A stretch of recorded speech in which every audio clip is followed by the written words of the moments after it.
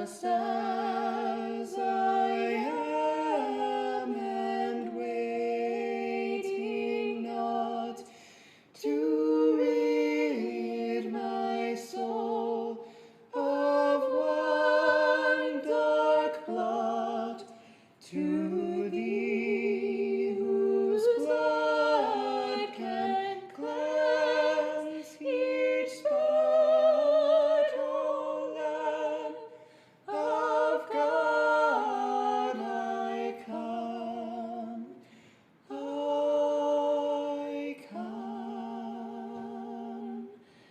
just as I am, though tossed about with many a conflict, many a doubt, fightings and fears within, without, O Lamb of God, I come,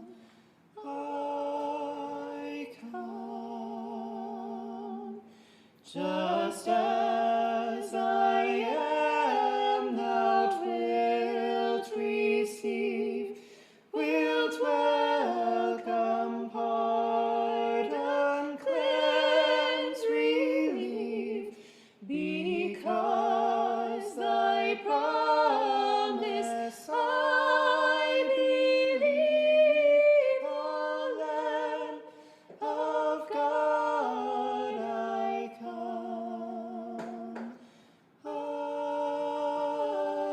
come.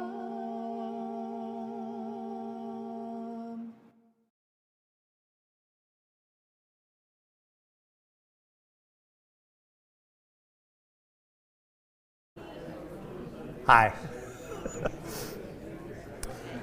Good morning. If everybody would come in and have a seat, we'll begin our Sunday morning class.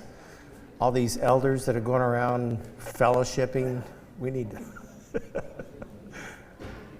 It's good to see this.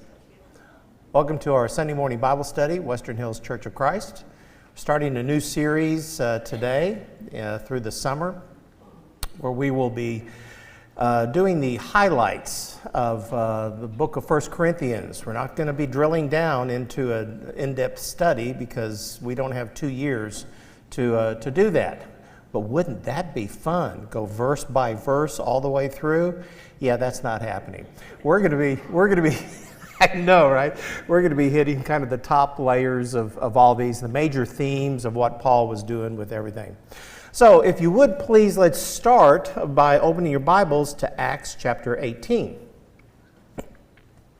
Acts chapter 18. Why are we going to Acts? I thought we were doing 1 Corinthians. Well, we're going to talk about Corinth today and Paul's relationship with them a little bit before we get into what he is writing to them in this letter. So, read along with me, Acts chapter 18, verse 1. After this, Paul left Athens because this is Paul's second missionary journey. He left Athens and went to Corinth. And Corinth is only about 40 plus miles, 45, 47 miles or so. They're apart from Corinth. And he found a Jew named Aquila, a native of Pontus, recently come from Italy with his wife Priscilla, because Claudius, who was the Roman emperor at the time, had commanded all the Jews to leave Rome. He went to see them, not Claudius, Paul. And because he was of the same trade, he stayed with them and worked, for they were tent makers by trade. And he reasoned in the synagogue every Sabbath and tried to persuade Jews and Greeks. When Silas and Timothy, who had been his traveling partners earlier throughout this missionary journey, caught up with him in Corinth, when Silas and Timothy arrived from Macedonia, Paul was occupied with the word, testifying to the Jews that the Christ was Jesus. And when they opposed and reviled him, the Jews, he shook out his garments and said to them, "Your blood be on your heads. I am innocent. From now on I will go to the Gentiles."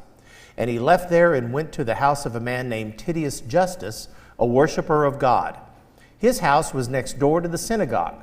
Crispus, the ruler of the synagogue, believed in the Lord, together with his entire household. And many of the Corinthians, hearing Paul, believed and were baptized. And the Lord said to Paul one night in a vision, "Do not be afraid, but go on speaking, and do not be silent. For I am with you, and no one will attack you to harm you, for I have many in this city who are my people." And Paul stayed with them a year and 6 months, teaching the word of God among them. But when Gallio was proconsul of Achaia, the Jews made a united attack on Paul and brought him before the tribunal, saying, "This man is persuading people to worship God contrary to the law." But when Paul was about to open his mouth, Gallio said to the Jews, "If it were a matter of wrongdoing or vicious crime, O Jews, I would have reason to accept your complaint. But since this is a matter of questions about words and names and your own law, see to it yourselves." Kind of sounds a little bit like a Pilate, right, with this. "See to it yourselves. I refuse to be a judge of these things." And he drove them from the tribunal. And they all seized Sosthenes, the ruler of the synagogue, and beat him in front of the tribunal, which makes perfect sense, right? But Gallio paid no attention to this. After this, Paul stayed many days longer and took leave of the brothers and set sail for Syria, and with him Priscilla and Aquila. Okay, so that's kind of a little bit of the context of the introduction of where Paul went to Corinth. Now remember, well, maybe not remember, but Paul did take 3 missionary trips, is what we call them. And each of those, the radius of those trips extended a little bit further. The first missionary trip kind of just went from Jerusalem area up to Turkey and then back. Okay? The second trip went further. It went over here to Athens and Corinth in that area and then went back. The third one went even further west and then came back. And then he was ultimately then arrested and taken to Rome and some things like that. So this is his second journey. The first journey, he didn't get this far west. So on this journey, he did go further west, and he went to Athens. And then after Athens, he went over to Corinth. So let's see if we can look a little bit about Corinth and what's going on with Corinth. I know you can see this map, and you're going to have a test over all the little tiny words you cannot read, which is why there's a drop point on there. Now you see the drop point, that's Corinth. But if you go to the right, you see some very tiny print that says the word Athens. That's where Athens is, because that's where the name. If you look if you travel, you'll see a big thing. This is Athens right here. And that's where that is. So you see when he was in Athens and he went over to Corinth. And you see the Corinth is on this kind of, or there's this big island area with this. But you see there's a little stretchy point there, a little tiny point there. So I hope this works. And this is going to be cool. Are you ready? I know. Let's zoom in, zoom in, zoom in. Isn't that cool? Is that cool? Okay, this is Corinth. This is Corinth. Corinth is on the north side of this isthmus. If you can say that 5 times without losing your teeth, then you're really good. But Corinth is there on the northern side, and if you see down below, there's that little stretch of land that, or body of water that just went off the map. And so we're not going to look at that anymore. We're going to go on. But this is looking due east. This is looking due east. North is off to the left, south is off to the right. The Mediterranean is on the right, and then the Aegean Sea is on the left with this. And Corinth is, you see where the strip is right across the center, that's a canal. If you go down on the left side, you see that light colored spot area, that's Corinth. Okay? Now, something that's interesting here, if you see that little strip going across there, that canal was that's about a 4-mile stretch of land between the 2 oceans. And Cenchrea is the port that's on the right side, and Lachaia, I think that's, or whatever that's called, is on the left side, and that's a seaport right outside of Corinth with all of that. Now, this is the actual canal that they built through there. And since the time of Nero, Paul's day, they always wanted to build a canal through there because the big problem with getting all of the boats, let me go back to this one. Oh, let me go back to, no, I'm not going to go back to that one. I'm going to go back to this one. You see when the boats come in from the Mediterranean Sea on the south, on the bottom right side, if they want to get stuff inland, they have to go all the way around the island and then come back into Corinth. That was the old way. The newer way was they would port the ships at Cenchrea, which is on the right side, and they would roll the ships the 4 miles across that isthmus so that they would be then in the Aegean Sea on the other side. And they said, well, that works, and it gave a lot of industry, a lot of strong men there. Let's roll. It was roll your boats is what their song was at that point. And they would roll the boats across that 4-mile stretch of land, and they said, well, wouldn't it be great if we just like dug out and had a canal? Since the time of Nero, they were trying to do that. They never got around to doing this until 1893. So up until that time, they would roll the boats across, and they got better at the way they roll the boats across, which would save them a whole lot of having to go all the way around there. So that's one of the neat things that was going on this. But Corinth was a big metropolitan town. Started off Greek. The Romans came in and conquered it, before Christ was born, and now it kind of is more Romanized with what they're doing. One of the things that's very interesting about all of this area, because this was the isthmus, they would have the Isthmian Games, and the Isthmian Games were like a pared down version of the Olympic Games, the mini version of the Olympic Games, and very popular, and they would run those and have those in that area, which was a very interesting draw to that area. They wanted to get the tourist dollars in, so they said, what can we do? Let's build a theme park. And they didn't know, well, we don't know what theme parks are, so why don't we have mini Olympic Games? We can't call them Olympic Games. What do we call them? The Corinthian Games? Nah, that's too localized. Let's regionalize it. And so it's kind of like Six Flags over Texas as opposed to Six Flags over Grand Prairie or Arlington, and they made all that. I've only had 1 cup of coffee today, so I hope you're tracking with me. Now, there are, of course, because this is in that ancient area, there are all sorts of archaeological digs and archaeological sites. One of the big features is on this top hill that's overlooking was this fortification called Acrocorinth. And it was a big fort that would overlook the whole bay area and the town and everything. Now, on top of this, you can't see it in this one, but you can see it in this one, is the temple of Aphrodite. And Aphrodite was a fertility goddess, and this was where all of the 1,000 female priestesses that were more along the signs of prostitutions, what we would call that. They would not necessarily call that prostitution because part of their worship experience was for them to celebrate in a sensual way the sexuality of humanity. And so they were very free with all of that, which added to this Corinth being a port city. You combine all that and you know that you're moving toward that word called debauchery. That's a word we don't use much nowadays, but that's pretty much what this was. But the temple of Aphrodite was on top of the Acrocorinth. This is a painting depiction of maybe what Corinth looked like in 146 BC, but this is really kind of what it looks like now. If they could raise everything. There's the temple of Apollo you see there in the center.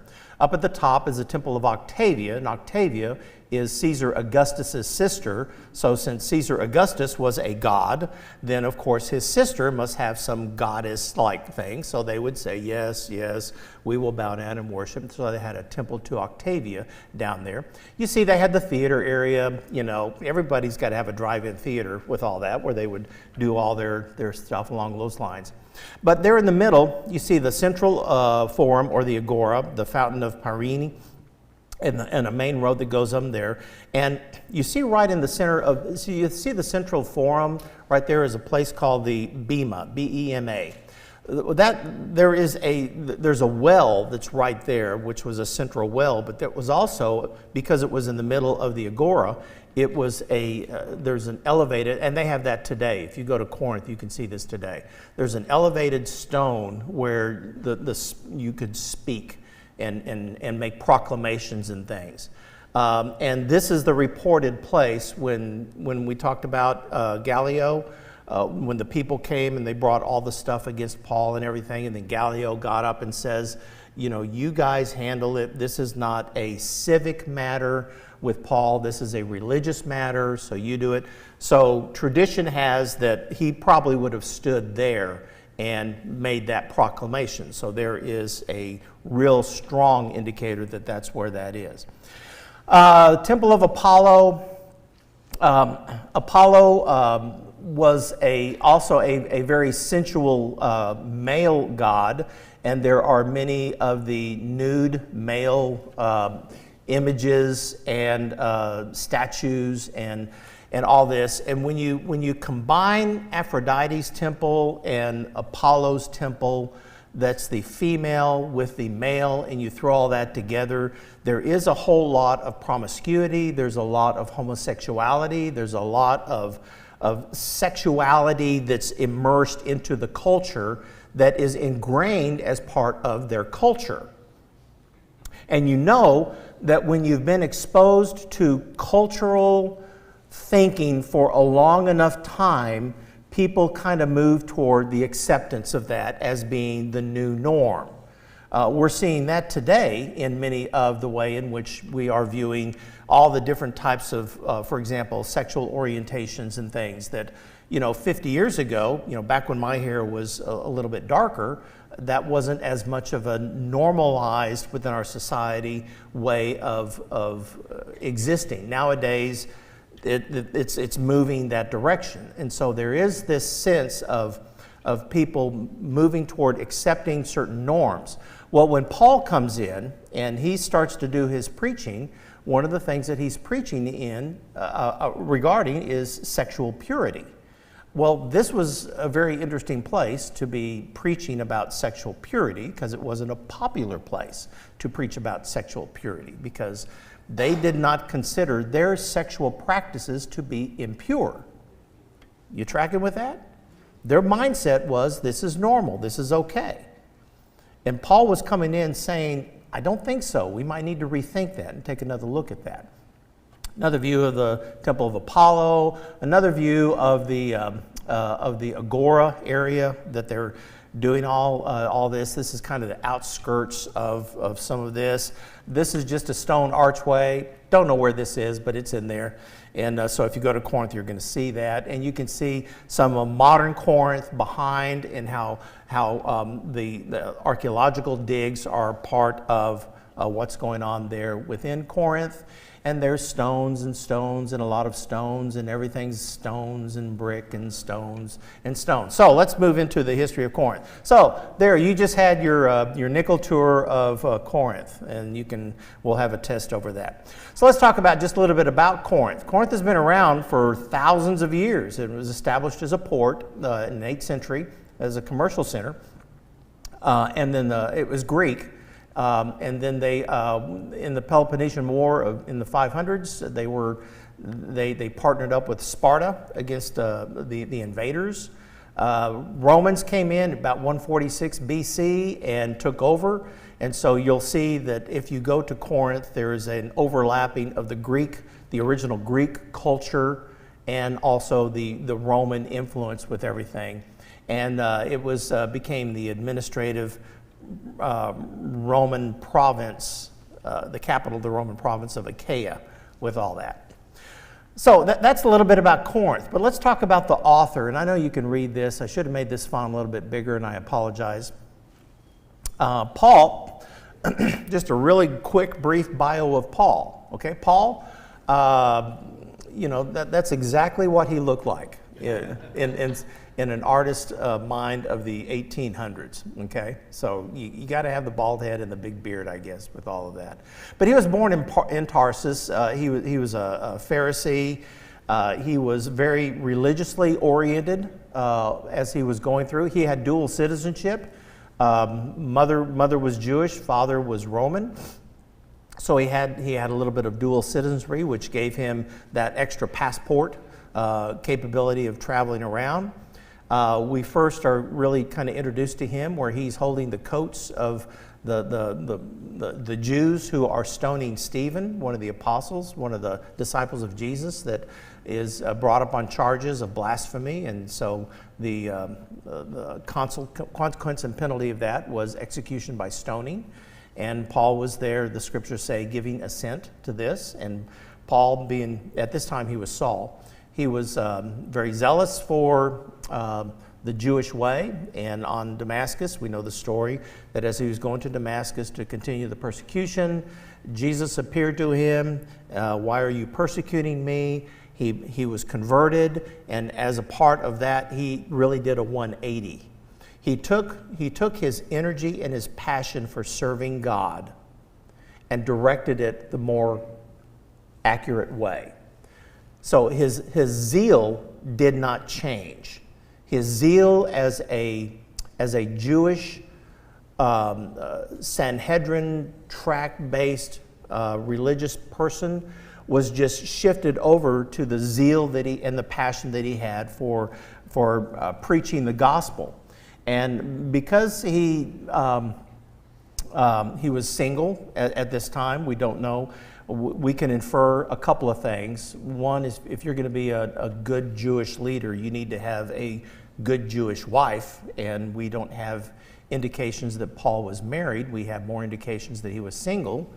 And if he was married while he was taking all these trips, we know that he probably did not stay married too long because maybe Mrs. Paul got a little tired of him being gone all the time and her having to do all this stuff. And she just says, whoa, you know, so we don't know. We can speculate, but we can kind of infer that as Paul was doing all of his journeys, he was single. And we do see a little bit of that, and we'll get into that a little bit later, which gave him freedom to kind of pack up and move and to go and to move around and do what he was doing in his missionary trips, which was really neat. And because he had the credentials to do all that, then he was able to travel really freely through the Mediterranean area on the trips. Okay. So let's look a little bit at one of the things that's going on with Paul. Paul wrote 3 letters that we know of for sure to Corinth, and maybe 4. I'm of the opinion that he wrote 4. And let me kind of, where is that? Here we go.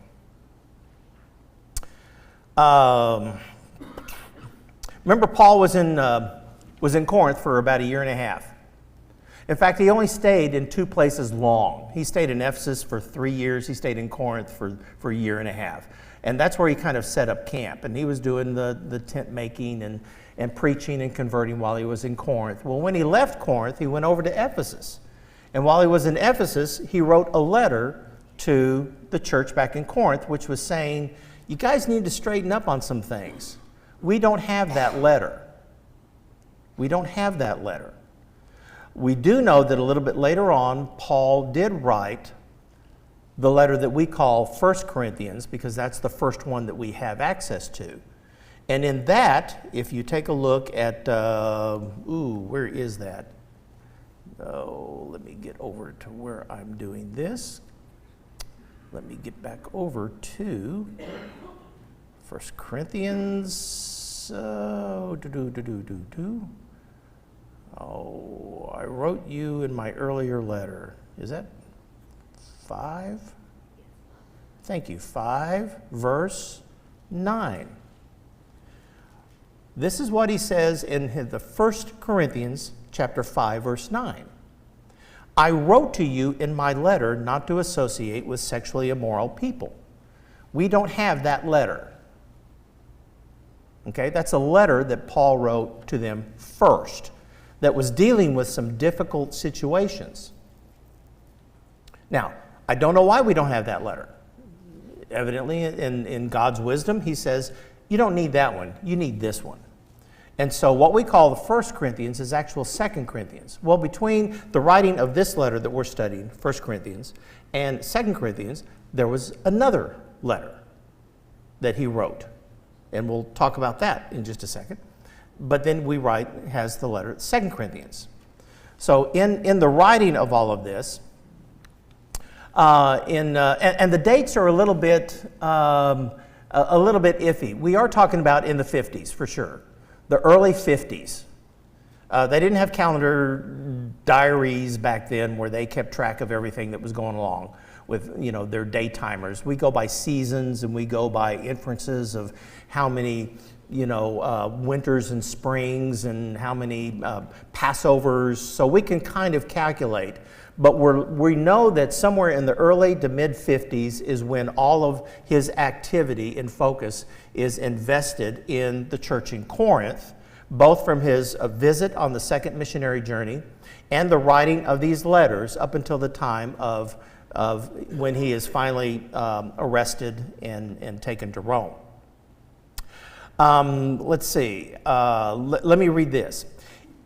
This one writer says, in AD 52, Paul moved to Ephesus. This was right after what we read there in Acts, where he taught for 3 years. It was during that time that Paul sent Apollos to visit Corinth on his behalf.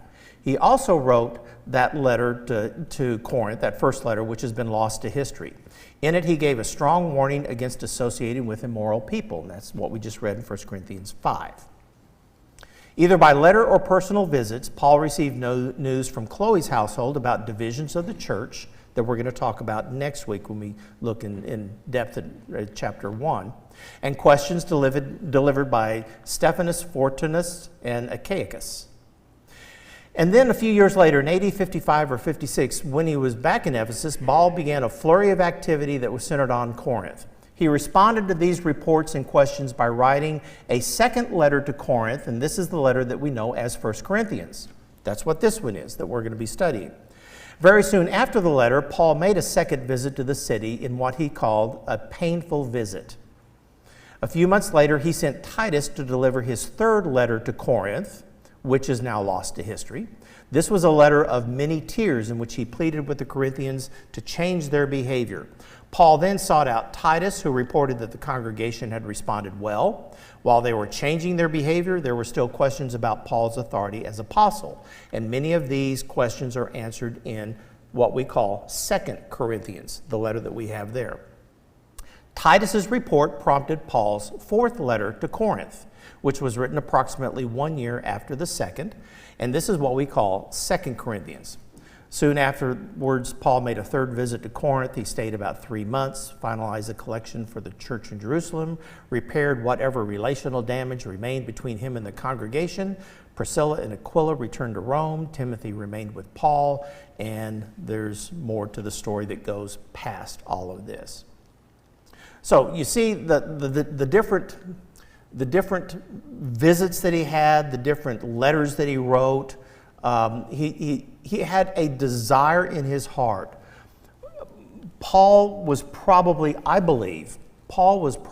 closest to the church in Corinth that he had invested. Now, Ephesus for sure, but Corinth, I think, was a challenge to him. That he stepped up and really tried to impress upon the congregants and those that are converted how important it was to follow God's laws and not man's laws. And I think that really was Paul's bread and butter. That was his forte, was really getting in there deep and drilling down deep on some of these behavioral issues, the concepts from culture, and challenging those and impressing people to truly choose to live that converted life. And so I believe that his love for the church at Corinth might have been at the top, right up in that area. Hard to say, but that's just as I'm going through there. So what about the church at Corinth? Let's look at what was going on, and there are certain issues, and these are several of the themes that we are going to be talking about and discussing. But first, before we get into that, any questions on any of this so far? Any thoughts, observations?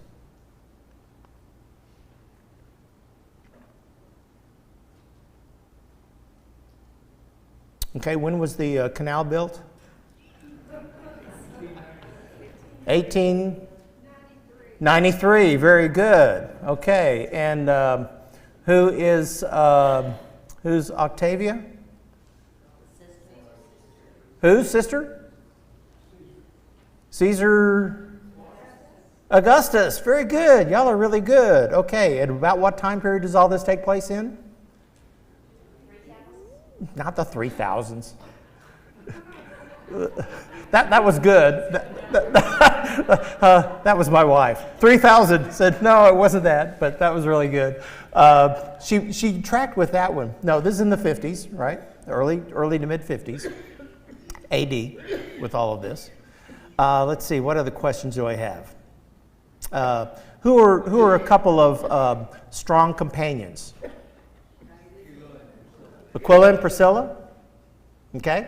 Who are his traveling buddies? Timothy and Silas. Okay. And Timothy's relationship with Paul was one of what? Pardon? Right.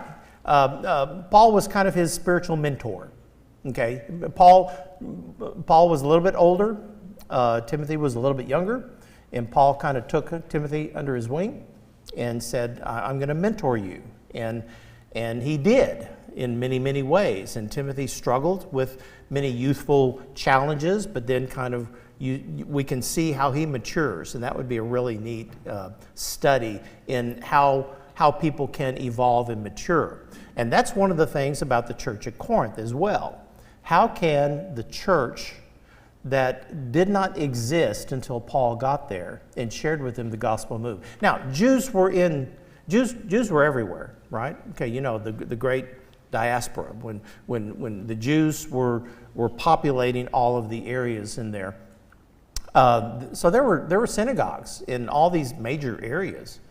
And this is where Paul would go to primarily teach, because his background was I'm a Jew and I know how to talk with Jews about religion and faith-based and God and Jehovah God of the Old Testament, the God of Moses and Abraham. And he says, I can do that really easily. And he would go to the synagogues, and this is what he did at Corinth. And he went, yes. Well, and the fact that it's a port city, they're going to get a lot of influx of more than just Jews too.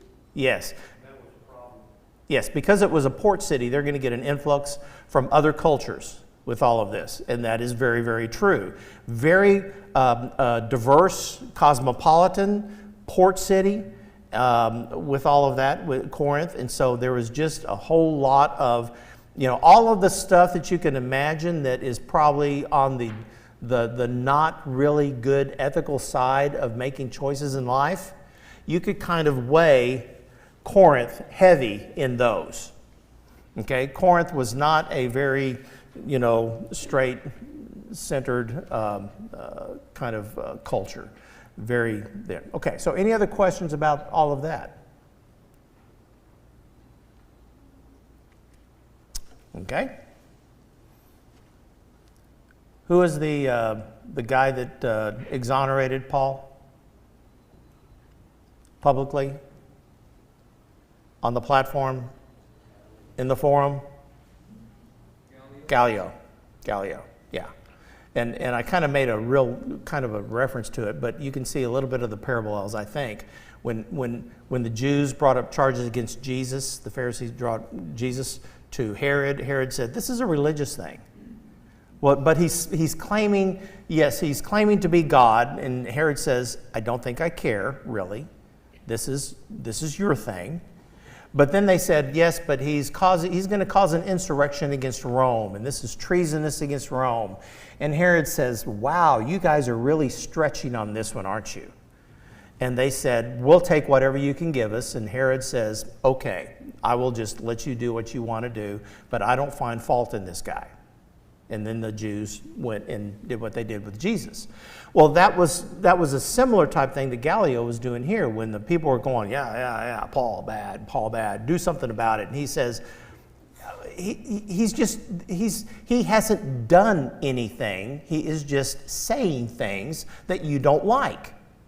And you want him to be silenced. He says, that's not what we do. It's kind of like if I say I'm going to go rob a bank, I'm not going to be arrested. Now, if I rob the bank, then I'm going to be arrested. Unless I'm really clever. And I watch a lot of these crime shows, so I know how to be very... Okay, I'm sorry. My wife is now embarrassed by this. No. But you see where I'm going with that. And they just got so frustrated, they said, we've got to find some way to silence these guys. And Gallio stood up and said, no, I'm not going to do that. And then they turned on Sosthenes, a guy there in the synagogue, and they beat him to a pulp just out of anger and frustration. So I can imagine Sosthenes was a Paul supporter, and they turned their anger and wrath toward him. Okay, well, let's get into some of the topics that we're going to be talking about. The themes of this letter are going to deal with who is it that is going to be teaching you what you're going to be learning? What are the type of divisions within the church? What are the types of teachings that you can tap into, that you can listen to? And they were listening with fresh ears from a rich history of not... They were having to think through the implications of what they were feeling and thinking inside to the behaviors. And we know that people can come to conclusions on the inside about what I need to do. In fact, Paul talks about later on in his letter to the Church of Rome, he says, I have this war within me, that I want to do the right thing. I have the right ideas, but I end up doing many of the very things that I just don't like doing. Okay? That's a common problem for humans. And one of the big problems with Corinth was Paul was convicting people at the philosophical level. They say, yes, I think I agree with that. And then they would have the closing prayer and amen, and all these Corinthians would then go back into their culture, and it would be the wave of the culture would be drowning their new convictions. And it was a challenge to insert people who are trying to do the right thing into a culture that is constantly pushing against them. Constantly. So it's a struggle. Strong ones would stand firm. But the ones that were not as strong, it was more easily overwhelmed. And that's one of the reasons, and that's a human dynamic, which is one of the reasons why the Scriptures teach us, don't forsake the assembly. Because when you forsake the assembly and give yourself to a routine study of Scripture so that you can know the mind of will and the will of God.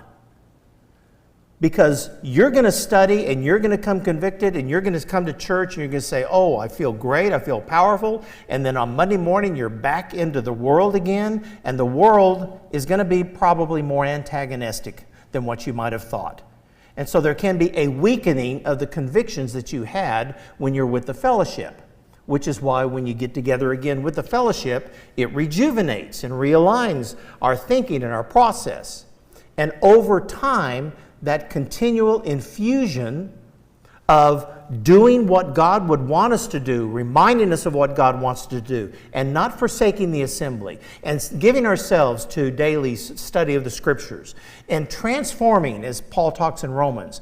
Don't be conformed to this world, but be transformed by the renewing of your mind, because once you renew your mind and have an internal transformation, the behavioral transformation becomes easier, even when there's the assault from society. You can stand firm and you can be that chosen royal priesthood who are a peculiar people who are always going to be in the minority because most people are going to want to follow their own decisions, whereas we choose to follow what God would want us to do. This was one of the big issues. And they were having to deal with, well, who do we listen to and what are the teachers saying? So we'll talk about that.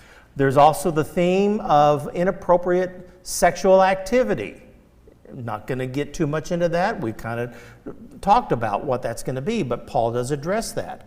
Lawsuits against Christians, Paul says, let's talk about if you have aught against your brother or sister. Do we have aught against people anymore? Do we have aught? Isn't that we don't call it that, but we do. That's good. Okay.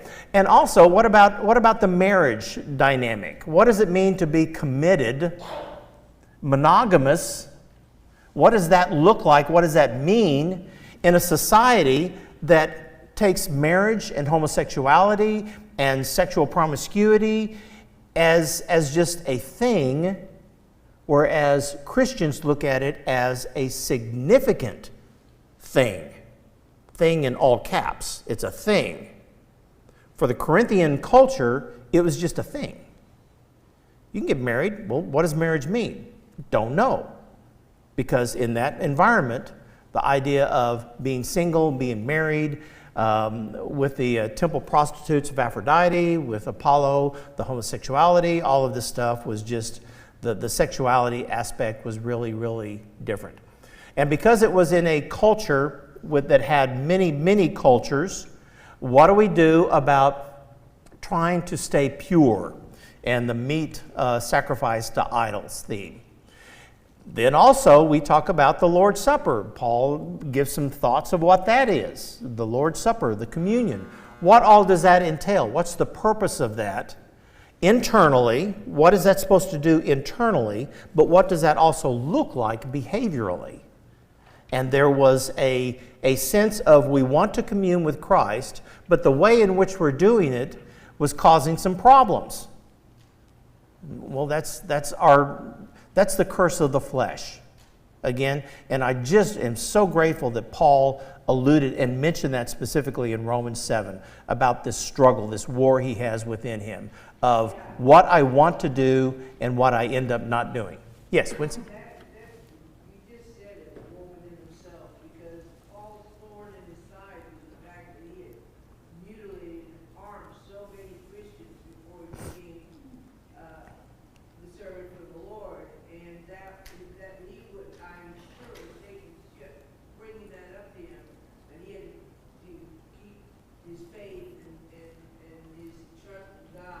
Good point, good point. A comment was made about Paul's thorn in the flesh possibly being this war within Paul himself, that's saying, I'm struggling with the memories and the behaviors of what I did while I'm trying to be God's emissary and the guilt and the shame. That would be a really neat study on guilt and shame about the thorn in the flesh. That would be an interesting one. Abusing the Lord's Supper, got to that. Not appreciating spiritual gifts. At this time in the early church, spiritual giftedness was a little bit different than what we would look at in practice today. And Paul does allude to that about what's going on. But then there is even the whole idea about what's the resurrection? What does that look like? Do you have a good idea? So you see these themes that Paul is talking about in this letter. These are not just soft topics. These are not just, well, when somebody comes into your assembly, greet them with a holy kiss and serve God and be a nice person. No, he's drilling down into the behaviors that people do by challenging their internal thinking. He's having philosophical, theological conversations with them so that there is a foundation on which they can make better decisions. Because their decision-making kept getting them in trouble. And the decision-making that got them in trouble started to flood back into doubts about their decisions in the first place, their thinking in the first place. And Paul was focused on making sure that they understand that what they are trying to do and what God wants them to do and what they end up doing needs to be more in harmony. And you see that infused in this letter with a tremendous amount of love and affection. So that's what we're going to be looking at during this series. And so for next week, read the first chapter. And again, we're not going to go verse by verse, but we're going to go theme by theme through this summer. All right? We'll see y'all next week.